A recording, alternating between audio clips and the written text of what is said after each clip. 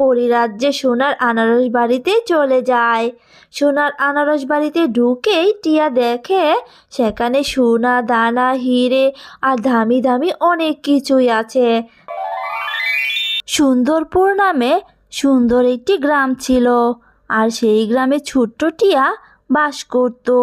কিছুদিন আগে তার মা বাবা দুর্ঘটনায় মারা যায়। তারপর থেকে টিয়া তার মামা মামির কাছেই থাকতো। হ্যাঁ রে টিয়া, তুই এতক্ষণ কোথায় ছিলি রে? সারাদিন শুধু খেলা আর খেলা, তাই না? মামি, আমি কোথায় খেলতে গেলাম গো? তুমি তো সকালবেলায় আমাকে কতগুলো কাপড় কাচতে দিলে, আর আমি তো সেইগুলোই পরিষ্কার করতে নদীতে গেলাম। কি রে, তুই তো দেখছি আমার মুখে মুখে কথা বলছিস। শোন, আমার সাথে একদম তর্ক করবি না, এই বলে দিলাম, নইলে কিন্তু আমার এই বাড়ি থেকে তোকে তাড়িয়ে দিব, বুঝলি? মামি, আমার ভুল হয়ে গেছে, আমি আর তোমার মুখে মুখে কথা বলবো না। কিন্তু মামি, তোমাকে একটা কথা বলবো। আসলে মামি, কাল আমার স্কুলে ফি দিতে হবে। তুমি যদি আমাকে কিছু টাকা দিতে, তবে আমি স্কুলে ফিটা দিতে পারতাম। কি কি বললি তুই? আমি তোকে টাকা দিব? শোন, তোর মামা এতদিন বাড়িতে ছিল বলে তুই লেখাপড়া করতে পেরেছিস, আর এখন তো তোর মামা বাড়িতে নেই, কাজের জন্য বিদেশে গেছে। তাই আমি আর তোর পেছনে টাকা নষ্ট করতে পারবো না। আপদ একটা জুটেছে আমার কপালে। এইসব তুমি কি বলছো মামি? টাকা না দিলে আমি পড়াশোনা করব কি করে? আর এতদিন তো তোমরাই আমাকে লেখাপড়া করার খরচ দিয়ে এসেছো, এখন তাহলে এমন কেন করছো মামি? এই শয়তান মেয়ে, কানের কাছে জ্ঞান জ্ঞান না করে যা তো এখান থেকে, যা গিয়ে কাজ কর। গিয়ে দেখ, অনেকগুলো কাজ পড়ে আছে। বেশি কথা বলে সব সময়। এইভাবে টিয়ার মামি টিয়ার সাথে খারাপ ব্যবহার করত, আর কাজের কোনো ভুল হলেই টিয়াকে ওর মামি অনেক মারধরও করত। মামির এই অত্যাচার সহ্য করেই টিয়া দিন কাটতো।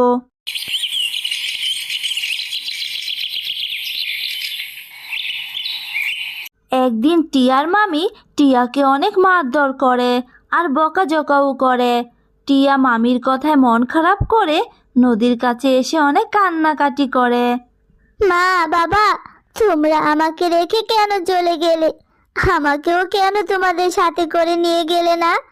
আমি আর এই নিষ্ঠুর পৃথিবীতে বাঁচতে চাই না। আমাকেও তোমার সাথে নিয়ে যাও মা, বাবা। এরপর টিয়া যখন বাড়ি চলে আসতে থাকে, তখনই নদীর ধারে একটি গাছ দেখতে পায়, আর গাছে মাত্র একটাই ফুল ধরা ছিল।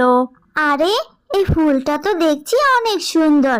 আমি কখনো এমন সুন্দর ফুল দেখিনি। যাই, আমি বরং এই ফুলটা ছিঁড়ে বাড়ি নিয়ে যাই, আর বাড়ি গিয়ে ফুলটা মামিকে দিব। তাহলে মামি আমার উপর অনেক খুশি হয়ে যাবে, আমাকে আর বকাঝকা করবে না। এই কথা বলে টিয়া যখনই ফুলটায় হাত দেয়, তখনই ফুল থেকে একটা পরীকন্যা বেরিয়ে আসে। এ কি অবাক কাণ্ড! কে তুমি? আর দেখে তো তোমাকে পরীর মতো লাগছে। তুমি ফুলের মধ্যে বন্দি হয়েছো কি করে? আসলে আমি পরিরাজ্যের লাল পরীর মেয়ে রূপালী। একদিন পরিরাজ্যে সবাই মিলে পৃথিবীর চারপাশ ঘুরে দেখছিলাম, অনেক মজাও করছিলাম সেই দিনটায়।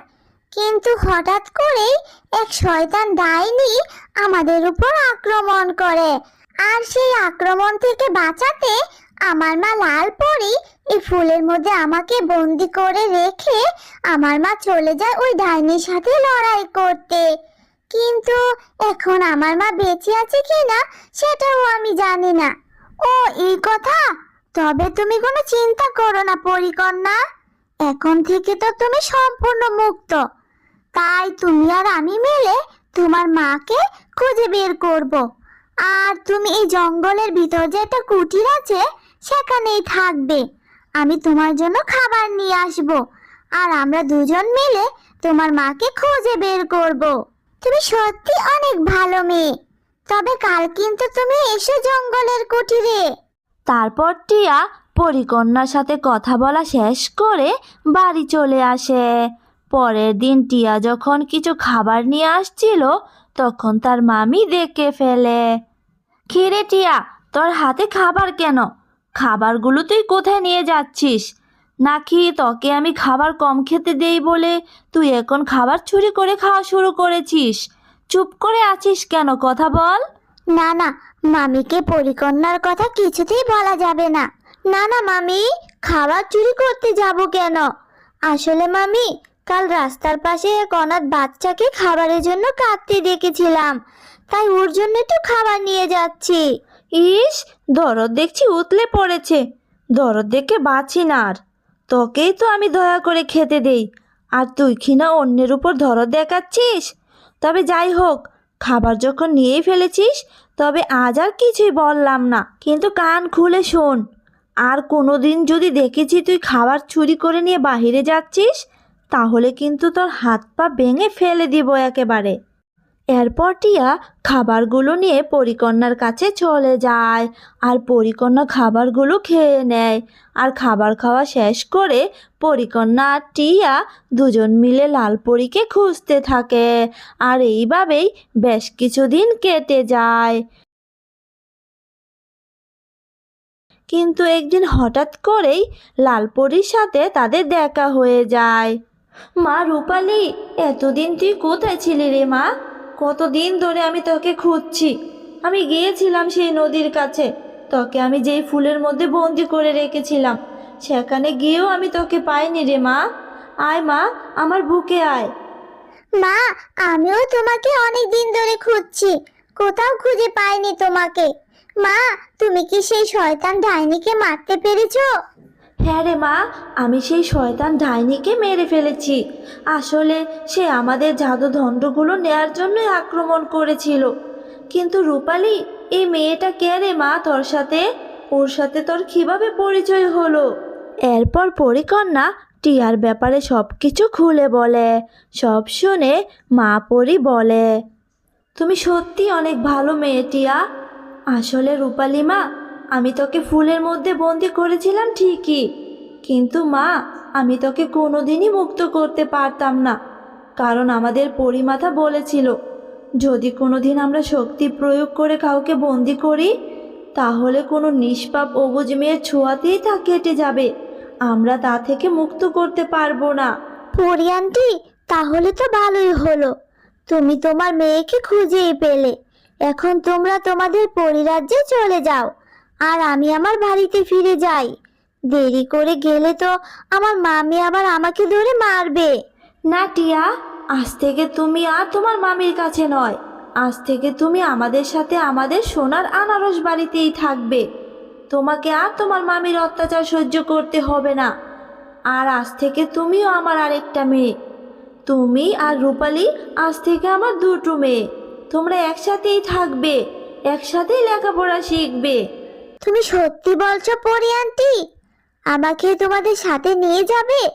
জানো, আমার না এত কষ্ট আর সহ্য হয় না। এরপর তারা সবাই মিলে পরিরাজ্যে সোনার আনারস বাড়িতে চলে যায়।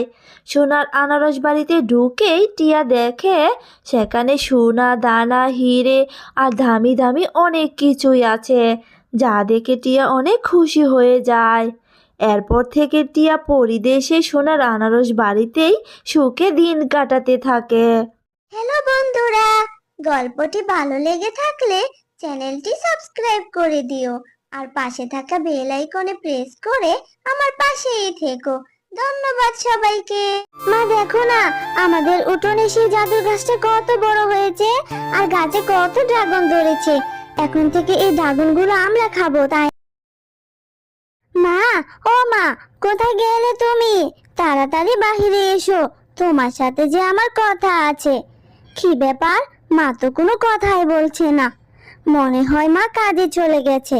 তার চেয়ে বরং আমি গিয়ে ঝুমার সাথে খেলা করে আসি। এরপর টিয়া ঝুমার সাথে খেলা করতে চলে যায়।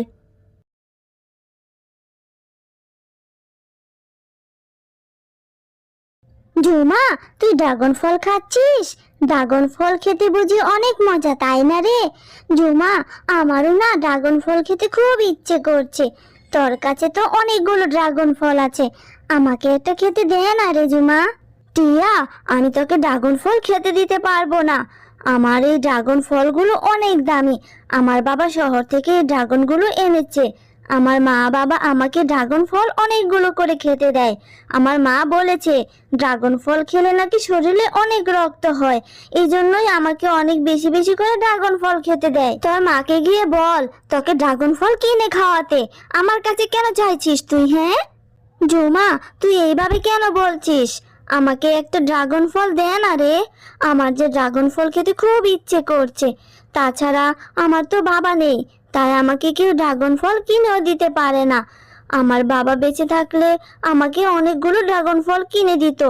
আমার মা বলেছে মায়ের কাছে এখন টাকা নেই, টাকা হলে আমাকে পরে ড্রাগন কিনে দিবে। না রে টিয়া, আমার এখান থেকে তোকে একটু ড্রাগন দিতে পারবো না।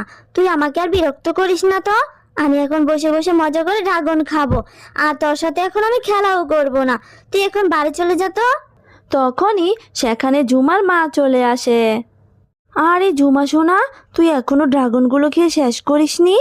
এই গরিব ফকিন্নির মেয়ে তো তোর খাবারের দিকে নজর দিচ্ছে। আর এই ফকিন্নির মেয়ে, তুই আমার মেয়ের ড্রাগনের দিকে এইভাবে তাকিয়ে আছিস কেন?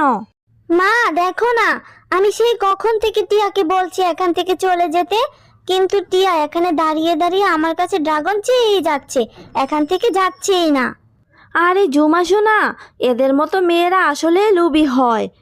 আমার মেয়ের কাছ থেকে বুলিয়ে বালিয়ে ড্রাগন খেতে আসছিস, ছোট লোকের বাচ্চা। তুই আর কখনো আমার মেয়ের সাথে খেলতেও আসবি না। এখান থেকে যা বলছি। কাকিমা, তোমরা এইভাবে কেন বলছো গো? তোমাদের তো অনেক টাকা, তাই তোমরা অনেকগুলো ড্রাগন ফল কিনে খেতে পারো, কিন্তু আমার তো বাবা নেই, কে আমাকে ড্রাগন কিনে খাওয়াবে? আমার মা কাজ করে যে টাকা পায় সেটা দিয়ে তো আমাদের সংসারই চলে না। আমার মায়ের কাছে তো এত টাকা নেই, এই জন্য আমাকে ড্রাগন কিনে খাওয়াতেও পারে না। আমি এই জন্য ঝুমার কাছে একটা ড্রাগন চেয়েছি। ঠিক আছে, আমি আর ঝুমার সাথে খেলতে আসবো না, আমি চলে যাচ্ছি। এরপর টিয়া মন খারাপ করে সেখান থেকে চলে যায়। আর যদি আমার বাবা বেঁচে থাকতো তাহলে আমাদের এত অভাব অনটন থাকতো না, তাই না মা? মা জানো, আর যখন ঝুমার কাছে খেলতে যাই তখন দেখি ঝুমা বসে বসে ড্রাগন খাচ্ছিল। সেটা দেখে আমারও খুব ড্রাগন খেতে মন চাইছিল। আমি একটু ঝুমার কাছে ড্রাগন খেতে চেয়েছিলাম বলে কাকিমা আমাকে অনেক বকাঝকা করেছে, বলেছে আমি নাকি ফকিন্নির বাচ্চা, আরো অনেক কিছু বলেছে। এইসব শুনে আমার অনেক মন খারাপ হয়েছিল। মা, তুমি আমাকে ড্রাগন ফল কিনে দাও না মা। মারে, ড্রাগন ফলের তো অনেক দাম, আর আমার যে ইনকাম সেটা দিয়ে তো আমি সংসারটাই ঠিক মতো চালাতে পারি না। আর এই মাসের টাকাটা এখনো হাতে পাইনি রে মা। আমি টাকা পেলে তোকে আগে ড্রাগন কিনে খাওয়াবো। তুই আর মন খারাপ করিস না রে মা। তোর মনটা খারাপ থাকলে যে আমার আর কিছুই ভালো লাগে না, ঠিক মতো কাজও করতে পারি না। আর হ্যাঁ, ঝুমার মা যেহেতু তোকে অনেক বকাঝকা করেছে, তাই তুই আর ঝুমার সাথে খেলতে যাস না রে মা। ঠিক আছে মা, আমি আর ঝুমার সাথে খেলতে যাব না, আর ড্রাগন ফল খাওয়ার জন্য বায়না ধরবো না। তোমার কাছে যখন টাকা হবে তখনই কিনে দিও মা। মাটিয়া, আমি একটু পুকুর পাড়ে পানি আনতে যাচ্ছি, তুই বাড়িতেই থাকিস কেমন? আমি যাব আর আসব। এরপর শেফা পানি আনতে চলে যায়। আরে, এখানে তো দেখছি টাকা পড়ে আছে। আশেপাশে তো বুড়িমাকে ছাড়া কাউকে দেখতে পাচ্ছি না। বুড়িমা, ও বুড়িমা, এইদিকে তাকান তো। এখানে কি আপনার টাকা পড়ে আছে? এদিকে তাকান না বুড়িমা। কি হলো বুড়িমা, আপনি কিছু বলছেন না কেন? আপনার টাকাটা তো নিয়ে নেন। শেফা, তুমি অনেক ভালো ঔষধ। আমি বিদ্যাবেশে এখানে টাকা রেখে তোমাকে পরীক্ষা করছিলাম। তুমি পরীক্ষায় পাস করেছো। বলো, তুমি আমার কাছে কি চাও? আমি তোমাকে সাহায্য করতে চাই। আমার যে তেমন কিছু চাওয়ার নেই পরি। আমি যে এক কপাল পোড়া হতভাগী মা। বাপ মরা মেয়েটা আমার কাছে একটা আবদার করলে সেটা আমি পূরণ করতে পারি না। তোমার যদি কিছু দেওয়ার থাকে তাহলে আমাকে কিছু ড্রাগন ফল দাও। আমার মেয়েটা যে ড্রাগন খাওয়ার জন্য অনেক জিদ করেছে, কিন্তু আমি আমার মেয়েটাকে এখন পর্যন্ত একটাও ড্রাগন কিনে খাওয়াতে পারিনি। শেফা, তুমি তো অনেক ভালো। এই নাও, আমি তোমাকে একটা জাদুর ড্রাগন গাছ দিচ্ছি।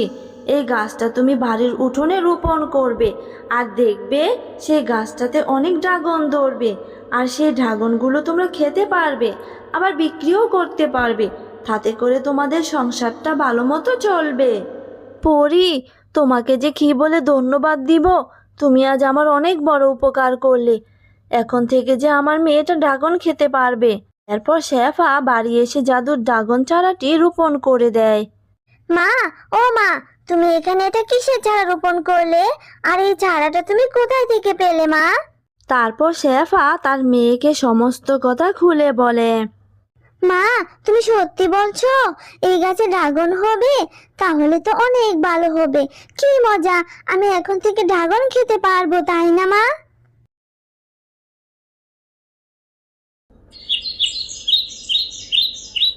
মা দেখো না, আমাদের উঠোনে সেই জাদুর গাছটা কত বড় হয়েছে, আর গাছে কত ড্রাগন ধরেছে। এখন থেকে এই ড্রাগন গুলো আমরা খাবো, তাই না মা? হ্যাঁ রে মা, এইবার মনে হয় আল্লাহ আমাদের দিকে মুখ তুলে তাকিয়েছে। এইবার আমাদের অভাব অনটনও দূর হয়ে যাবে। এই ড্রাগনগুলো তোর যত ইচ্ছা মন ভরে খাবি, আর আমিও ড্রাগন পেড়ে বাজারে বিক্রি করব। তারপর শেফা ড্রাগনগুলো পেড়ে বাজারে বিক্রি করতে থাকে। আর এইভাবে ড্রাগন বিক্রি করে মা ও মেয়ে সুখে দিন কাটাতে থাকে। তাদের আর কোনো অভাবই থাকে না। হ্যালো বন্ধুরা, গল্পটি ভালো লেগে থাকলে চ্যানেলটি সাবস্ক্রাইব করে দিও, আর পাশে থাকা বেল আইকনে প্রেস করে আমার পাশেই থেকো। ধন্যবাদ সবাইকে। আমি আমার জাদু শক্তি দিয়ে ওদের উঠোনটা ফুলের বাগানে ভরে দিব। তারপর রাতের বেলা জাদুর ফুল তার জাদু শক্তি দিয়ে জিলিদের উঠোনে অনেকগুলো ফুলের গাছ খিরে শেফার মেয়ে, এইভাবে আমার দোকানের দিকে তাকিয়ে আছিস কেন? যেইভাবে তাকিয়ে আছিস তাতে করে তো আমার দোকানে নজর লেগে যাবে। যা এখান থেকে সরে যা বলছি। এমন সময় সেখান দিয়ে জিলির মা যাচ্ছিল। আরে ভাবি, আপনি এইভাবে আমার মেয়েটার সাথে কেন কথা বলছেন? বাচ্চাদের সাথে এইভাবে কেউ কথা বলে? আমার মেয়েটা তো আপনার দোকানের সামনে দাঁড়িয়ে আপনার দোকানের ফুলগুলোই দেখছিল। আপনার কোনো ফুলে তো আর হাত দেয়নি বা ফুল ছিঁড়ে নষ্টও করেনি। তাহলে কেন আমার মেয়েটাকে এইভাবে ধমকাচ্ছেন? আমার দোকানে তোদের মতো কোনো সস্তা পুরনো ফুল বিক্রি করি না। আমার দোকানে অনেক দামি দামি আর ভালো ফুল বিক্রি করি। তাই এই ফুলগুলোর দিকে তাকিয়ে নজর দিস না। তোরা আমার ফুলের থেকে একটু দূরেই থাকবি। মা দেখো, কাকিমার দোকানের ফুলগুলো কত সতেজ আর অনেক সুন্দর। তাই আমি দাঁড়িয়ে ফুলগুলো দেখছিলাম। ফুলগুলো দেখতে কত সুন্দর, তাই না মা? হ্যাঁ রে মা, আমাদের দোকানের ফুলগুলো অনেক সুন্দর। আয় এখান থেকে, ওখানে আর দাঁড়িয়ে থাকিস না। চল দোকানে গিয়ে ফুলগুলো বিক্রি করি। আচ্ছা মা, বলো তো আমাদের ফুলগুলো এমন নিস্তেজ হয়ে আছে কেন? কেমন শুকনো শুকনো হয়ে গেছে। এই ফুলগুলো তুমি কোথায় থেকে আনো মা? জমিদার বাড়ির বাগান থেকে আনি রে মা। আর জমিদার বাড়ি তো অনেক দূরে, তাই সেখান থেকে ফুলগুলো নিয়ে আসতে আসতে রোদে নিস্তেজ হয়ে পড়ে। আর এই জন্যই ফুলগুলো এমন শুকনো দেখায় রে মা। আচ্ছা মা, আমাদের উঠোনে যদি ফুলের গাছ রোপণ করি তাহলে তো আমরা সেই ফুলগুলোই বিক্রি করতে পারতাম, আর তোমাকে এত কষ্ট করে এত দূর থেকেও ফুল আনতে হতো না। আমাদের রোপণ করা ফুলগুলোই অনেক ভালো দামে বিক্রি করতে পারবো। ফুল চাষ করতে গেলে অনেক টাকা লাগবে, আর এত টাকা তো আমার কাছে নেই রে মা। এই জন্যই তো এত কষ্ট করে জমিদার বাড়ির বাগান থেকে ফুলগুলো নিয়ে আসি। এমন সময় শেফার দোকানে এক ক্রেতা আসে ফুল কেনার জন্য। তোমার দোকানের ফুলগুলো দেখতে কেমন যেন নিস্তেজ ও মরা মরা লাগছে। এই ফুলগুলো কত করে বিক্রি করো? আমার ফুলগুলো 30 টাকা করে বিক্রি করছি। এত দাম চাইছো কেন? একমাত্র ছেলের বিয়ে, আমি ভালো ফুলই নিব। যেহেতু তোমার ফুলগুলো নিস্তেজ হয়ে আছে, আমি এই শুকনো ফুলগুলো এত দাম দিয়ে নিব না।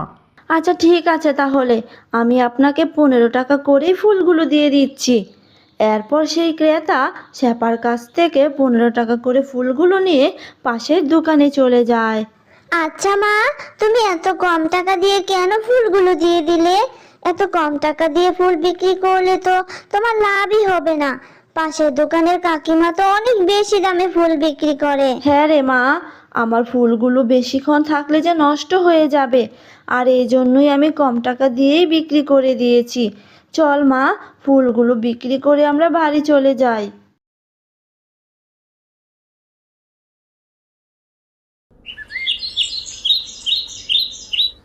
মা, তুমি দেখো, একদিন আমাদের একটা ফুলের বাগান হবে।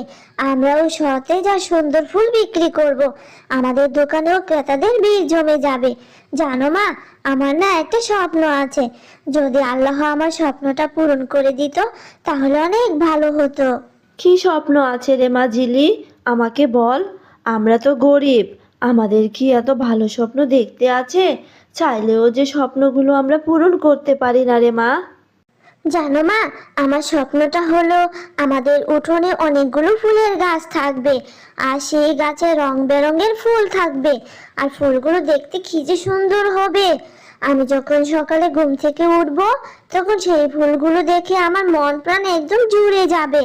আর সেই ফুলগুলো নিয়ে আমরা বড় একটা দোকান দেব। সেই দোকানে ক্রেতাদের ভিড় জমে যাবে। হ্যাঁ রে মা, আল্লাহ যদি চায় তাহলে সবই সম্ভব। অনেক রাত হয়ে গেছে রে মা, কাল সকালে আবার জমিদার বাড়ির বাগান থেকে ফুল আনতে যেতে হবে। চল এবার খেয়ে দিয়ে ঘুমিয়ে পড়ি। তারপর সকালবেলা শেফা জমিদার বাড়ির ফুল বাগান থেকে ফুল আনতে চলে যায় ও সেখানে গিয়ে জমিদারের সাথে দেখা হয়। শেফা, তুমি এসেছো? মনে মনে তো আমি তোমার কথাই ভাবছিলাম। হ্যাঁ জমিদার মশাই, বলুন কি বলবেন। বলছি কি, তুমি আর এইভাবে কতদিন আমার বাগান থেকে ফুল নিবে? তুমি যদি চাও তাহলে আমি তোমার আর তোমার মেয়ের ভরণ পোষণের দায়িত্ব নিতে পারি। তোমরা আমার সাথেই থেকে যাও, কষ্ট করে আর ফুল বিক্রি করতে হবে না। আপনি এমন কথা কেন বলছেন জমিদার মশাই? আপনি তো জানেন আপনার বাগান থেকে ফুল নিয়ে সংসার চালাই। আপনি কি বলতে চাচ্ছেন আমাকে? আমি তো কিছুই বুঝতে পারছি না, একটু স্পষ্ট করে বলুন তো। আহ শেফা, রেগে গেলে কেন? তোমার তো স্বামী মারা গেছে অনেক দিন হলো। তুমি যদি রাজি থাকো তাহলে আমি তোমাকে বিয়ে করতে চাই। ছি ছি জমিদার মশাই, আপনার মন মানসিকতা এত ছোট কেন? আজ বিপদে পড়ে আপনার বাগান থেকে ফুল নেই বলে আপনি আমাকে এই কথা বলছেন? আচ্ছা ঠিক আছে, আমি আর আপনার বাগান থেকে ফুল নিতে আসবো না। মা, তুমি এইভাবে কাঁদছো কেন? জমিদার বাবু তোমাকে কি কিছু বলেছে যার জন্য তুমি এভাবে কাঁদছো? তুমি কষ্ট পেও না মা। তোমার মন খারাপ থাকলে আমার একদমই ভালো লাগে না। আল্লাহ তাআলা নিশ্চয়ই একটা ব্যবস্থা করে দিবে। হ্যাঁ রে মা, বড্ড চিন্তা হচ্ছে। জমিদার মশাই এইদিকে তার বাগান থেকে ফুল নিতে নিষেধ করে দিয়েছে। এখন কোথায় থেকে যে ফুল সংগ্রহ করব আর কিভাবে আমরা মা মেয়ে চলবো রে মা? আমি তো কিছুই বুঝতে পারছি না। তুমি কষ্ট পেও না মা। শুনেছি জঙ্গলের ভিতর নাকি অনেক ফুলের গাছ আছে। চলো মা, তুমি আর আমি মিলে জঙ্গলের ভিতরে যাই। নিশ্চয়ই সেখানে গেলে অনেক ফুল পাবো, আর সেই ফুলগুলো এনেই আমরা বিক্রি করব। হ্যাঁ মা, তুই ঠিক কথাই বলেছিস। জঙ্গলে গিয়ে দেখতে হবে। আর জঙ্গলে তো সচরাচর এখন ফুল আর পাওয়াই যায় না। এরপর তারা জঙ্গলের ভিতর যেতে থাকে। মা, জঙ্গলটা কেমন জানি ভয়ানক। আমার কেমন জানি ভয় লাগছে, আর বেশি দূর যেতে ইচ্ছেও করছে না মা। ভয় পাস না মা, আমি তো তোর সাথেই আছি। মা দেখো দেখো, ওই যে একটা গাছে কি সুন্দর গোলাপ ফুল ফুটে আছে। চলো মা, ওই ফুলটা নিয়ে যাই। হ্যাঁ রে জিলি, গাছের ফুলটা দেখতে খুবই সুন্দর লাগছে। এই গাছটা নিয়ে আমাদের বাড়ির উঠোনে চল রোপণ করে দিই। এরপর জিলি গাছটি উঠিয়ে নেয়। এরপর তারা বাড়ি গিয়ে গাছটি উঠোনে রোপণ করে দেয়। ওরা মা ও মেয়ে কত অসহায়, আর তাদের মনটা কত ভালো। আমি যে জাদুর ফুল তারা তো সেটা জানে না। ওরা তো আমাকে নিয়ে এসেছে, ওদেরকে সাহায্য করা উচিত। আমি আমার জাদু শক্তি দিয়ে ওদের উঠোনটা ফুলের বাগানে ভরে দিব। তারপর রাতের বেলা জাদুর ফুল তার জাদু শক্তি দিয়ে জিলিদের উঠোনে অনেকগুলো ফুলের গাছ এনে দেয়, আর গাছে অনেক সুন্দর সুন্দর ফুলও ধরা থাকে। আরে আরে, এটা কি দেখছি আমি? আমাদের উঠোনে এত সুন্দর সুন্দর ফুলের গাছ কি করে হলো? আমি তো কিছুই বুঝতে পারছি না রে জিলি। মা, আমার মনে হয় কাল যে আমরা গাছটা এনেছি তাতে যে ফুল আছে সেটা জাদুর ফুল। সেই মনে হয় এতগুলো ফুলের গাছ দিয়েছে। হ্যাঁ জিলি, তুমি ঠিকই বলেছ। আমি হচ্ছি জাদুর ফুল। আমি জাদু করে তোমাদের উঠোনে এতগুলো ফুল গাছ এনে দিয়েছি। তোমরা অনেক ভালো, আর তোমাদের অনেক কষ্ট, সেটাও আমি জানি। তাই আমি জাদু করে ফুলগুলো এনেছি। এখন থেকে তোমরা এই ফুলগুলো বিক্রি করতে পারবে। এই ফুলগুলো কখনো শেষ হবে না, আর এই ফুলগুলো সবসময়ই সতেজ থাকবে। তারপর থেকে জিলি ও তার মা বাজারে ফুলের একটি বড় দোকান দেয়, আর ফুলের দোকানে ক্রেতাদের ভিড় জমে যায় ফুল কেনার জন্য। এরপর থেকে মা ও মেয়ে ফুল বিক্রি করে সুখে দিন কাটাতে থাকে। হ্যালো বন্ধুরা, গল্পটি ভালো লেগে থাকলে চ্যানেলটি সাবস্ক্রাইব করে দিও আর পাশে থাকা বেল আইকনে প্রেস করে আমার পাশেই থেকো। ধন্যবাদ সবাইকে।